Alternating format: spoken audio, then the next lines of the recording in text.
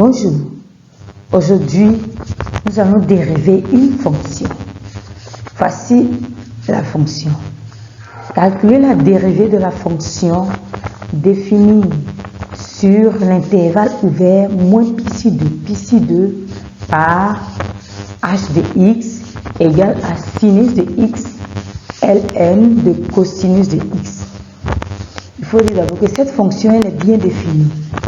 Parce que sur l'intervalle ouvert moins π2, la fonction cosinus, elle est strictement positive. Je dis bien strictement positive. Donc, ln de cosinus de x a un sens. Donc, cette fonction, elle est définie et elle est dérivable même sur l'intervalle ouvert moins π2. Donc, on va la dériver. On dit que cette fonction est dérivable sur moins π2. Et pour tout x appartenant à moins π2, on a h' de x égale à sinus de x, ln de cosinus de x, le tout prime. Le tout prime, et on va d'abord utiliser produit de dérivée, et puis on va y venir utiliser composé de dérivée. Concernant le produit de dérivée, ça va faire sinus de x prime fois ln de cosinus de x plus sinus de x ln de cosinus de x le tout prime. Ça c'est produit de dérivée. Donc le premier, cette expression la sinus de x prime fois cosinus de x, la dérivée de sinus, ça nous donne cosinus. Donc ça devient cosinus de x. Il y a des parenthèses qui manquent. Cosinus de x, ça doit être entre parenthèses.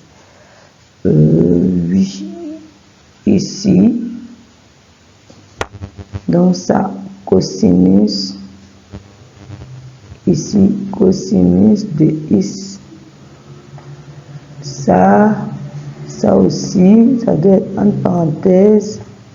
Bon, je me débrouille bien que mal, tout ça, ça doit être entre parenthèses, autant pour moi. Donc, je disais que la dérivée de sinus de x, cosinus de x et on réécrit ln de cosinus de x.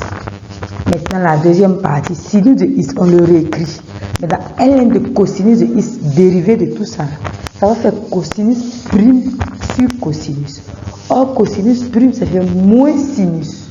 Donc c'est ce qui fait qu'il y a un moins, ça fait moins sinus fois sinus sur cosinus. Donc ainsi dériver notre fonction h. On a utilisé produit de dérivé et composé de dérivé. Merci.